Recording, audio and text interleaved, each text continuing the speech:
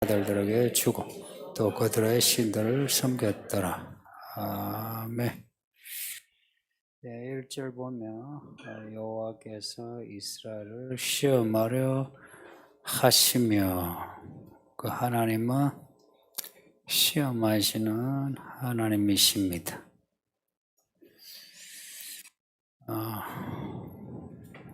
죽이려고 시험하시는 건 아니겠죠. 살리시려고. 낳아주면 죽으니까 살리시려고 시험하시는. 듣기에 아이러니하죠. 사사기 때에 이스라엘이 죽어가고 있습니다. 그거 왜냐? 3장 1절에 가나안의 모든 전쟁들을 알지 못해서. 가나안 전쟁, 광야 전쟁, 애국 전쟁, 사실 다 전쟁입니다. 그 전쟁 이야기를 그냥 전설로만 알고 있는 그 자손들, 이스라엘 자손들, 그들을 하나님이 시험하신다고 합니다. 여호수아도 죽고, 또 여호수아와 함께하는 장로들도 죽고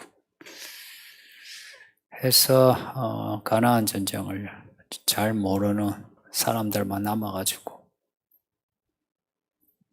그 가나안 전쟁, 그 전쟁의 치열함, 그리고 전쟁의 승리의 기쁨, 이런 것이 사라진 거예요.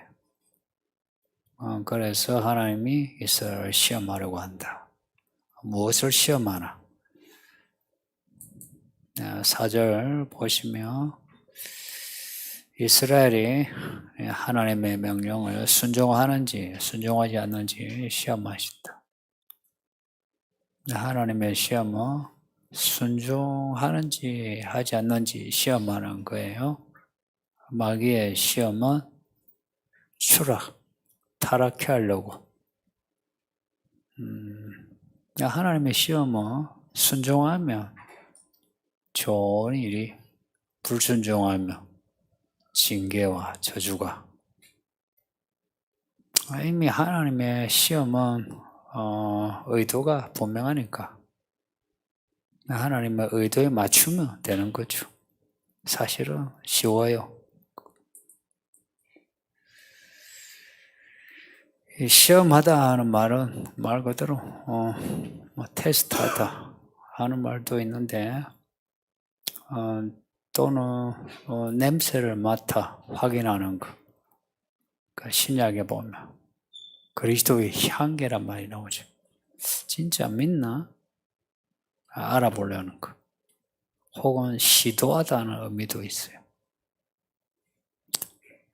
그 이스라엘의 믿음을, 그 믿음에 있는가, 그들의 믿음으로 사는가 한번 시도하는가, 그걸 이제 테스트하는 거예요.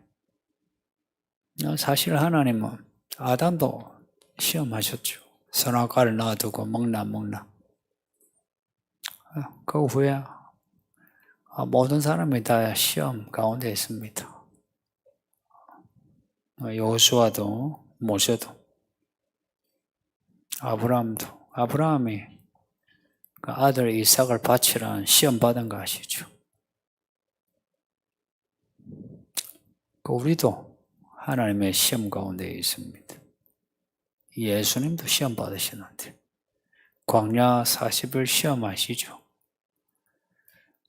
마귀가 직접 와서 시험을 했어요. 그것도 가장 힘든 상황에 있는데 시험했어요. 또 예수님 십자가 전에 겟세마네 동산에도 그것도 시험이죠. 십자가 시험이죠. 똑같은 시험입니다. 순종하나 순종하지 않나.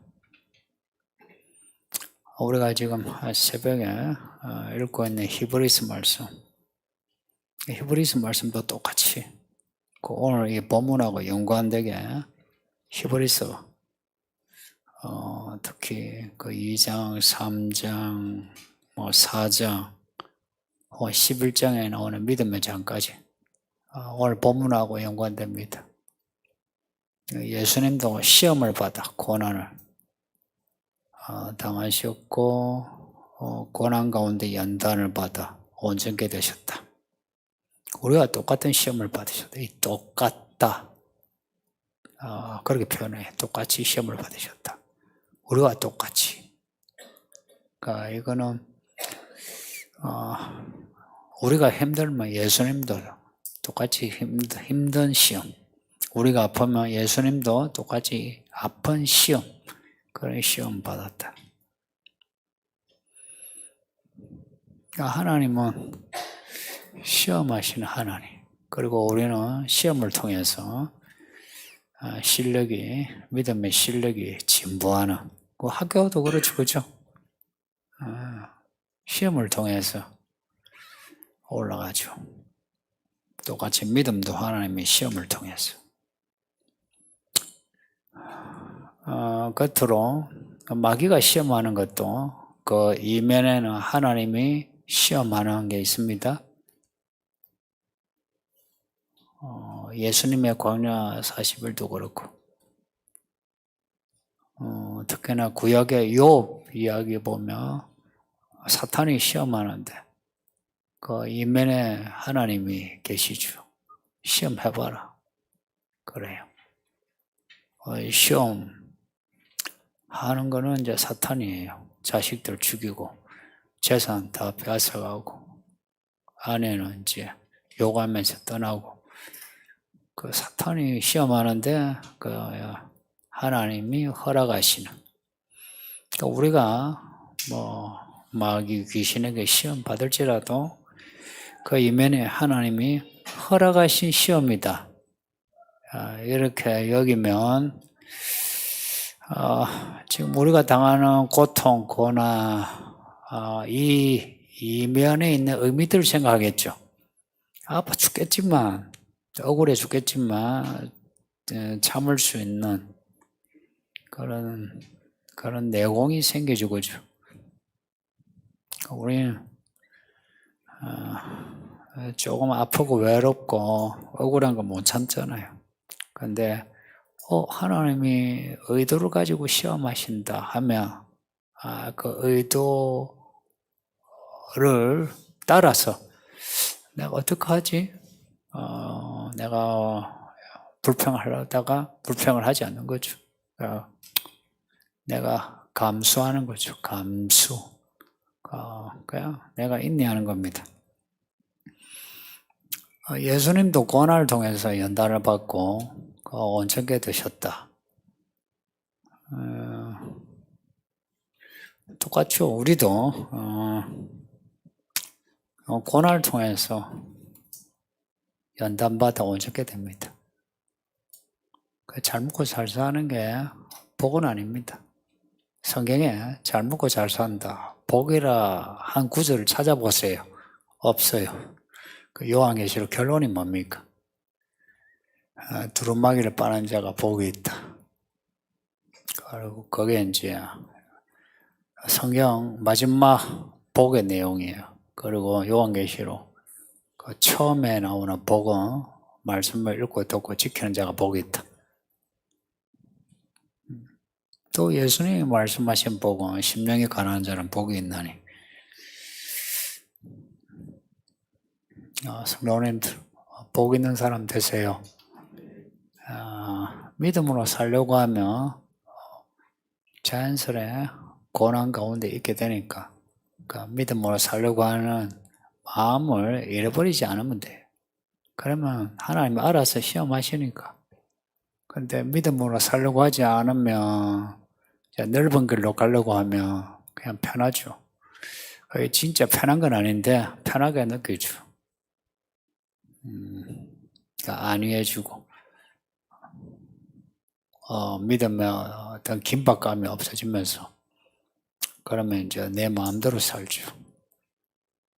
내 마음대로 한 것은 내가 잣대가 되고 내가 저울이 돼가지고 내가 옳다는 게 옳은 거예요. 내가 틀렸다는 거야. 틀린 거라. 이거 교회 밖의 이야기 아닙니다. 교회 안의 사람 이야기예요. 교회 안의 사람. 2절 보면 이스라엘 자손 세대 중에 아직 전쟁을 알지 못한 자들에게 그것을 가르쳐 알게 하려 하사 이 사사 시대 하나님이 이스라엘을 시험하시는 이유, 그 의도가 뭐냐? 전쟁을 알게 하려고. 이스라엘 시험하심으로. 그래서 뒤에 보면 이 본문 뒤에 나오면 이제 전쟁입니다. 사사 시대는 끊임없는 전쟁의 시대입니다. 좀 평안하다 싶으면 쳐들어와요. 평안하다 싶으면 또 쳐들어와요. 그러니까 끊임없이 전쟁이 돼요. 원래는 가나안 땅이 안식의 땅이지, 그죠? 원래 전쟁이 없어야 돼요. 없어야 되는데 전쟁이 끊임없이 있게 되는. 누구 문제입니까? 하나님이 약속을 안 지킨 겁니까? 이스라엘에게 문제가 있습니까? 이제 이런 문제라. 똑같이 여러분도 하나님의 약속하신 거, 그것이 여러분에게 있을 듯 하다가 없는, 그래서 이게 뭐지? 나 교회 열심히 다니는데 이게 뭐지? 하는데 문제가 누구에게 있느냐 하는 거예요. 하나님이 약속을 안 지키는 건지 아니면 우리에게 문제가 있는 건지. 만일 우리에게 고난이 있을 때는 이런 거예요. 날 그냥 가만히 놔두면 내 영혼이 죽는다 싶으니까 내 인생에 고난을 주는 겁니다. 그렇게 받아들이면 마음이 좀 편안해요. 그래서 성경을 알면 마음 편안해요. 성경을 모르면 자기 머리로 계산을 해야 되잖아요. 근데 계산이 됩니까? 성경도 모르고 하나님도 모르는데 어떻게 고난을 이해할 수 있습니까? 성도님도 고난이 이해되던가요? 고통이 이해된 적 있나요? 인간은 고통과 고난을 이해 못하게끔 되어 있습니다.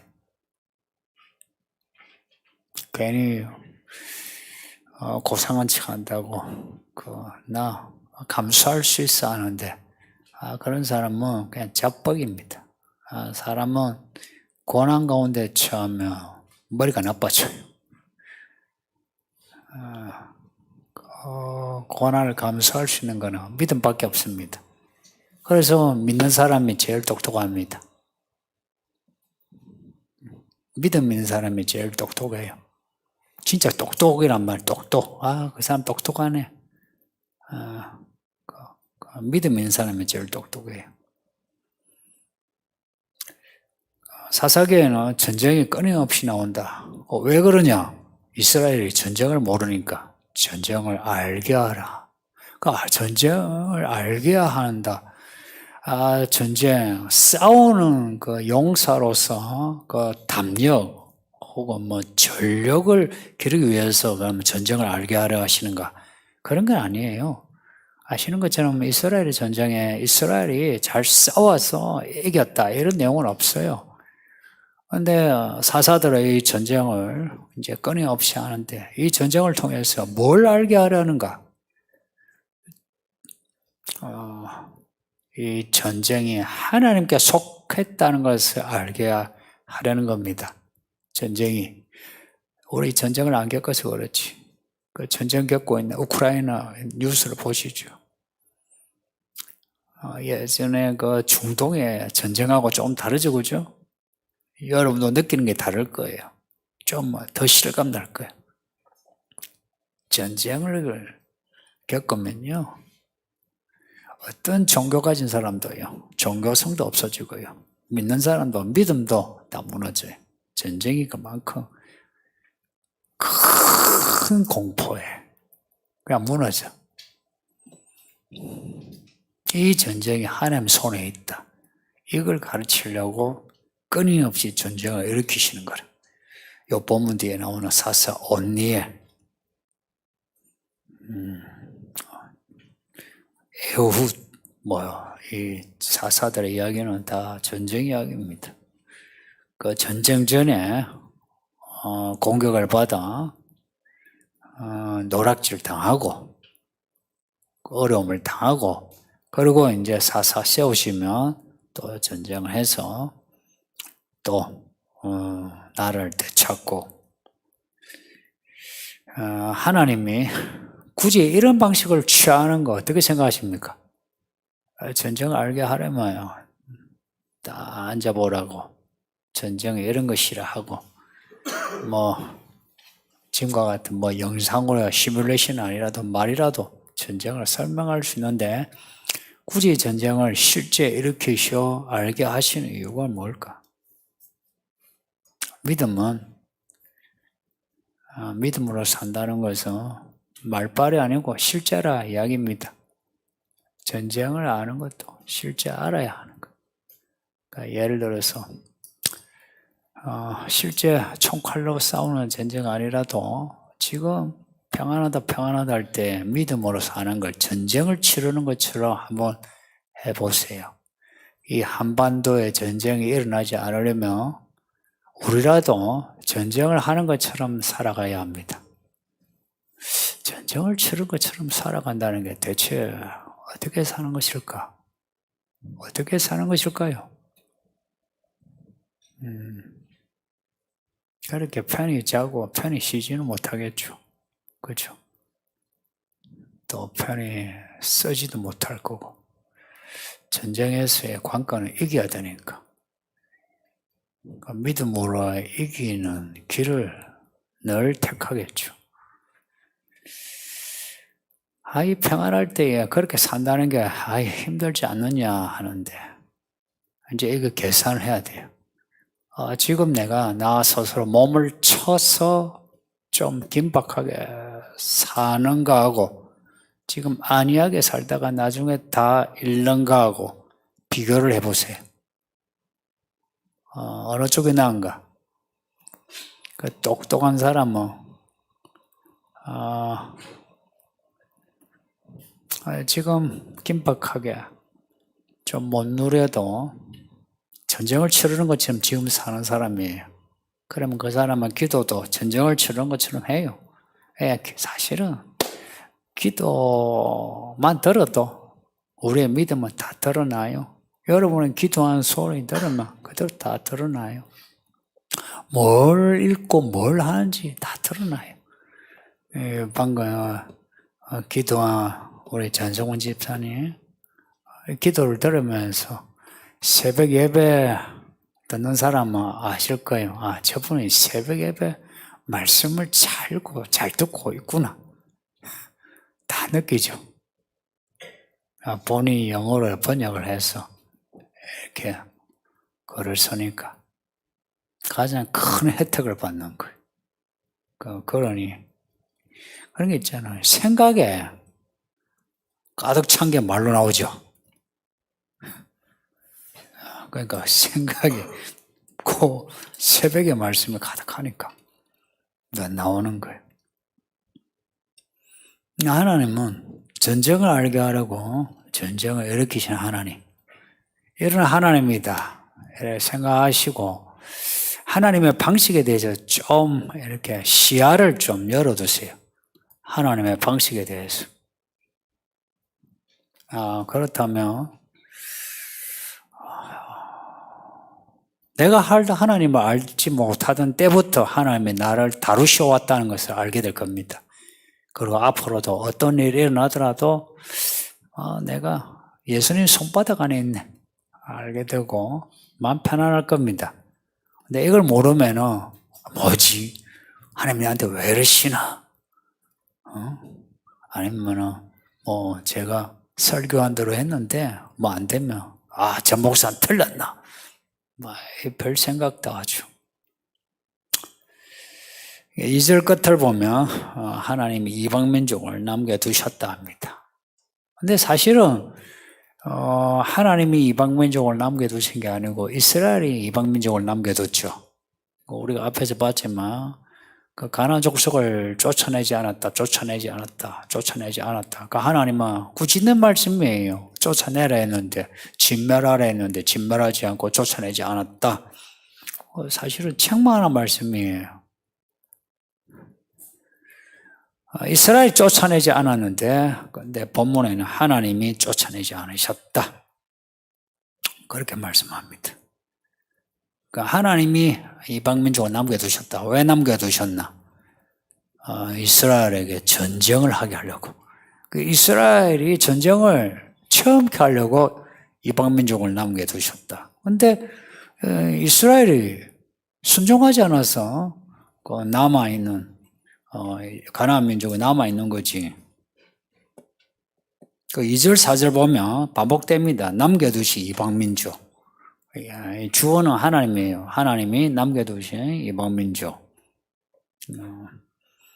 이스라엘이 불순종하여 진멸하지 않으니까 하나님도 남겨두신 거죠. 하나님이 이스라엘은 진멸하려고 하는데 하나님 이방민족을 딱 이렇게 감싸 안으시면서 보호하셨느냐? 그건 아니죠. 이스라엘이 진멸하지 않으니까 그대로 남겨두신 거라. 이거는 우리에게 적용하면 이래요. 우리가 말씀을 온전히 순종해야 하는데 적당히 순종해 놓고는 그리고 끝내놓고는 그 다음 하는 말이 하나님이 알아서 다 해주시겠지 그래요. 성도님들, 하나님이 다 알아서 해주신 적이 있던가요? 해주시는 거죠. 때마치 다시스로 가는 배가 오는 것처럼 해주시는 것 같죠. 근데 뒤집어져요. 하나님이 알아서 해주시는 경우는 거의 없어요. 언제 알아서 해주시느냐? 내가 끝까지 순종할 때에 알아서 해주시고 내가 남겨두면 하나님도 남겨두십니다. 따라해 보세요. 내가 남겨두면 하나님도 남겨두신다. 하나님 탓하지 마세요. 내가 남겨두니까 하나님도 남겨두신 거라. 이 말은 상당히 신비로워요. 하나님이 일하시는 분이에요. 하나님은 이미 모든 것을 다 이루시고 안식하시는 분이신데도 우리의 시간 속에 들어오셔서는 주야로 일하세요. 일하시는데 얼마나 일하시나? 하나님은 이미 다 이루셨다는 거, 이 말 잊지 마요. 다 이루셨다. 그래서 우리가 순종하는 만큼 이루신 것을 따먹게 돼요. 우리가 순종하는 만큼 하나님은 일하신다는 겁니다. 이 시간 속에서. 내가 순종하는 만큼. 여러분의 순종의 순도를 한번 재보세요. 얼마나 되는가. 우리가 순종하는 만큼 하나님이 일을 하신다. 그러니까 우리가 온전히 순종하면 하나님 또한 온전히 일하시는 거예요. 우리가 온전히 순종하지 않으면 하나님이 이방민족을 남겨두신 것처럼 남겨두시는 거라. 그러니까 우리는 그 남겨둔 걸로 인해서 인생 가시와 올무가 됩니다. 반드시 가시와 올무가 됩니다. 그래서 젊은 날에 가시와 올무를 제거하세요. 20대 이후에요. 이건 개인적으로 제가 간증할 수 있는 거예요. 20대 이후로 내가 온전하지 않은 부분은 평생의 가시와 올무로 남게 됩니다. 그러니까 30, 40대 아직 실감 안 나죠? 실감 난다면은 똑똑한 사람이에요. 좀 기다려 보세요. 가시와 올무가 돼. 나이 들어서 그 가시와 올무가 무엇에서 나온 것인지 이걸 또 알면은 또 똑똑하죠. 근데 대부분은 몰라요. 모른 채 나의 실조, 불가지. 내가 알 수 없는 인생의 고난, 고통 그래. 왜 알 수 없어? 내가 남겨둔 가시와 올무지. 우리는 하나님의 시험에 어떻게 반응하고 있는가 그것을 보면 또 우리의 모습이 바로 드러납니다. 5, 6절은 불순종한 이스라엘의 모습인데 5절 보면요. 가나안 족속, 헷, 아모리, 브리스, 히위, 여부스 족속 나옵니다. 이스라엘이 이들 족속 가운데 거주했다. 이 구절을 좀 주목해야 돼요. 여호수아가 이스라엘을 이끌고 가나안을 정복했어요. 정복했으면 정복했을 때 그 이방 족속이 이스라엘의 종이 되었다. 종이 된다. 뭐 이런 내용인데, 근데 갑자기 사사기 와서는 이들 이방 족속 가운데에 이스라엘이 거주했다. 주종이 바뀌었어요. 앞에 여호수아서에서는 이미 여호수아와 이스라엘이 가나안 정복을, 패권을 잡았다 나와요. 근데 사사기에 와서는 이방 족속들 가운데 이스라엘이 거주했다. 이 가운데라 이 말은 동물의 내장 혹은 영역 안에 내부를 말합니다. 이거는 이스라엘이 그 패권을 잃어버리고 가나안 족속에 매여 있게 되었다. 이제 이런 내용입니다. 앞에 사사 시대 앞에 여호수아서에 나오는 그 가나안 정복 후 땅을 분배할 때에 그 분위기와는 사뭇 다르다. 그렇다고 오늘 본문에 이스라엘이 정치적으로 군사적으로 가나안 족속, 이방 족속에게 지배당하고 있다 이런 건 없어요. 이 부분 잘 보세요. 이방 족속 가운데 거주한다 나오면서 이스라엘이 주변의 이방 족속들에게 노략질 당했다 이거는 또 없어요. 없고 대신에 뭐가 있느냐? 6절에 이스라엘의 아들, 딸들이 가나안 사람들과 결혼했다 나와요. 아들들을 가나안 사람들에게, 딸들을 가나안 사람들에게, 이방 족속들에게 시집장가 보냈다.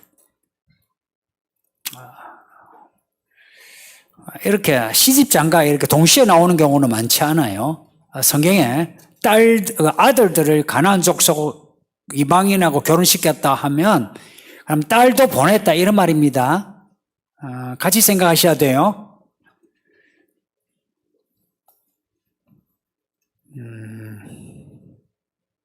자기 아들, 딸들을 이방 족속에게 시집장가 보냈다. 보냈더니 어찌 되었냐?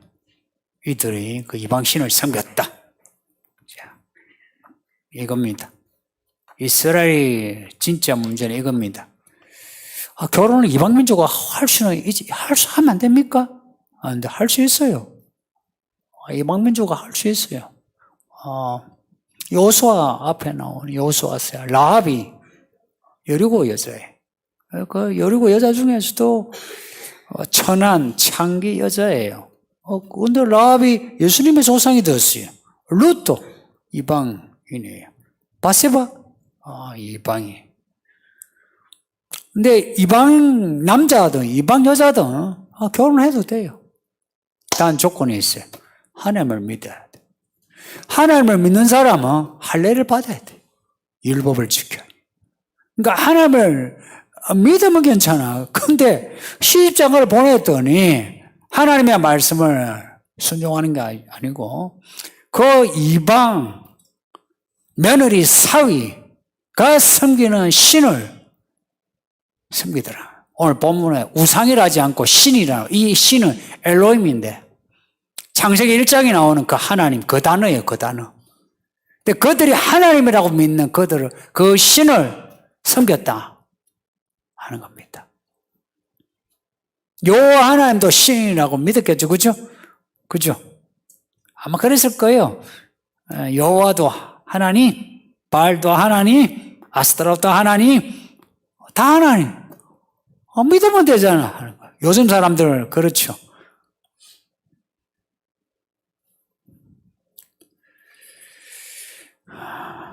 성경에서 이런 하나님을 떠나는 사건 혹은 우상숭배 사건, 계기가 되는 가장 중요한 사건이 결혼 문제입니다.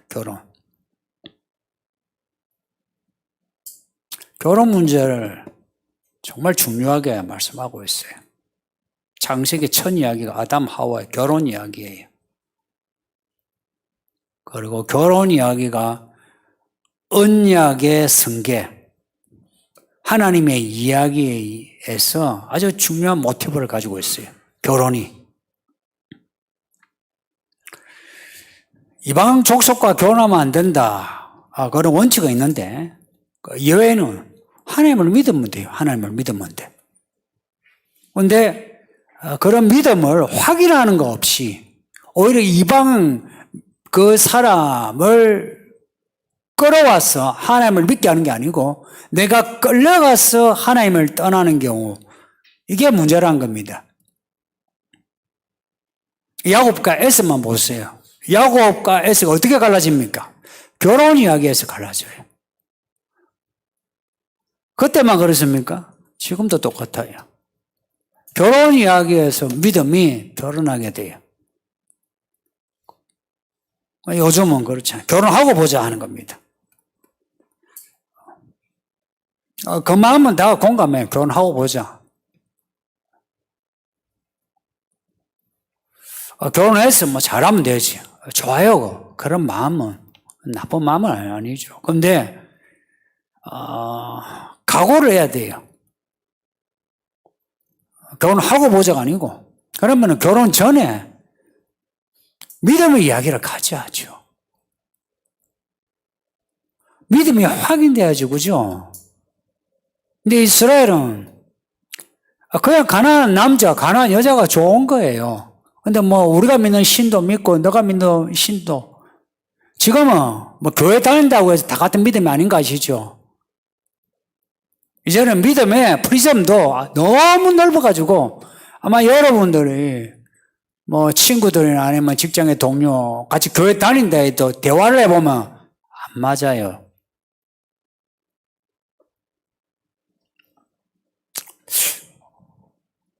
우리가 문제입니까?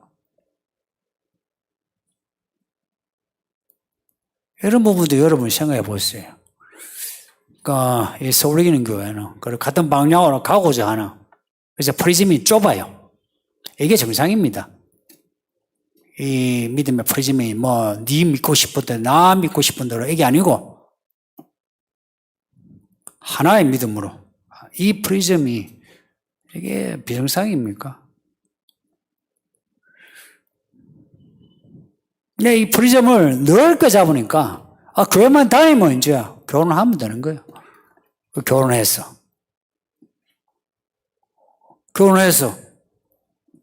결혼해서는 이제 같은 집에 같은 좁아진 영역에 좁은 일로서 일을 판단해야 돼요.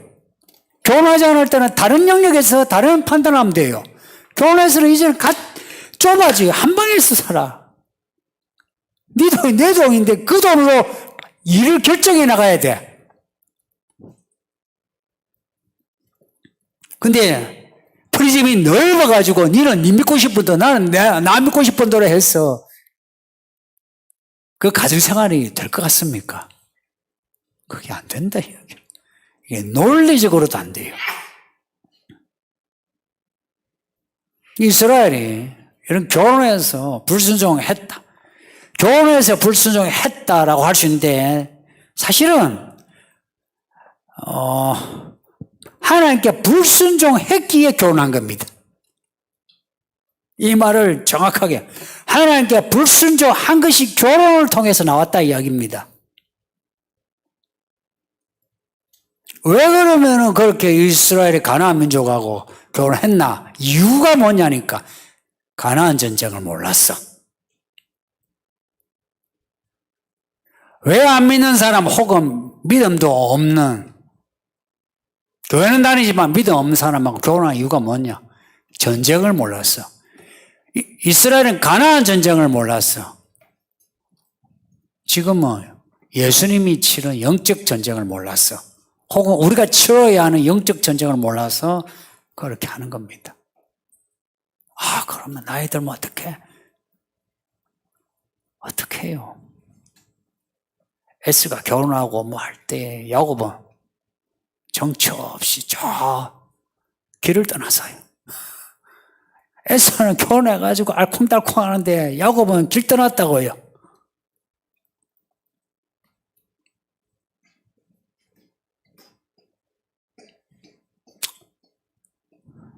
저도 아들, 딸들이 있는데, 야, 결혼 안 해도 좋으니까 믿음 없는 사람하고 하지 마라. 그게 제가 아비로서 할 수 있는 말입니다. 이 한국 교회 안에 청년들의 결혼은 어떻게 봅니까? 혹은 이건 청년들 문제만 아니에요. 청년들의 부모들, 부모님들, 여러분이 자녀들의 결혼을 어떻게 생각합니까? 모두의 문제라 이게 지금.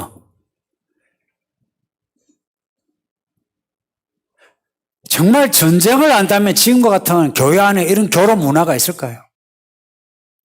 그 전쟁의 치열함을 영적 전쟁 아니라도 우리가 하나님께 잘못했을 때 하나님이 우리를 한국 전쟁을 치열하게 하는 그런 역사를 안다면, 그 역사 의식이 바르게 있다면 그냥 결혼할까요?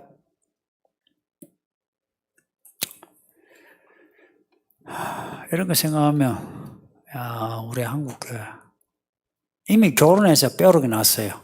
특히 강남에 교회가 제일 많죠. 강남에 장로 권사들 자기 자녀들 결혼을 어떻게 시키는지 아시죠? 그리고 청년들 또한 결혼을 왜 저 대형교회 청년들이 저리 바리바리 저쪽으로 가는지 아시죠? 결혼하러 가는 거. 여러분도 거기 바람 쐬고 온 사람 있죠? 청년들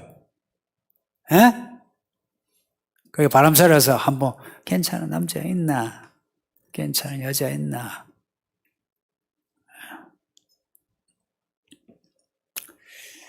하나님이 기뻐하시는 결혼은 순종하는 믿음에서 나오고 결혼이라고 하는 하나의 예시로 이스라엘의 불순종을 말씀한 것처럼 오늘날도 뭐 다른 내용이 많지만 오늘 본문에 나오는 결혼 이 문제만으로도 한국 교회는 이미 뼈록이 났고 이 한반도의 전쟁은 피할 수 없다.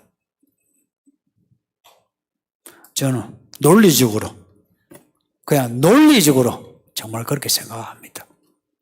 그래서 목사로서 전쟁 준비 중입니다. 저 전쟁 준비 중입니다. 사사시대가 왜 왔나? 첫 이야기예요. 결혼 문제. 노아 홍수 왜 생겼나? 결혼 문제. 그리고 마지막 때도 노아 때와 같다고 하시는 그 말씀을 보면 결혼 문제라. 그러니 우리 청년들, 그리고 청년들도 우리 부모들 하나님께 순종합시다. 예, 말씀 생각하면서 기도합시다. 다 같이 기도합시다. 아버지 하나님 고맙습니다.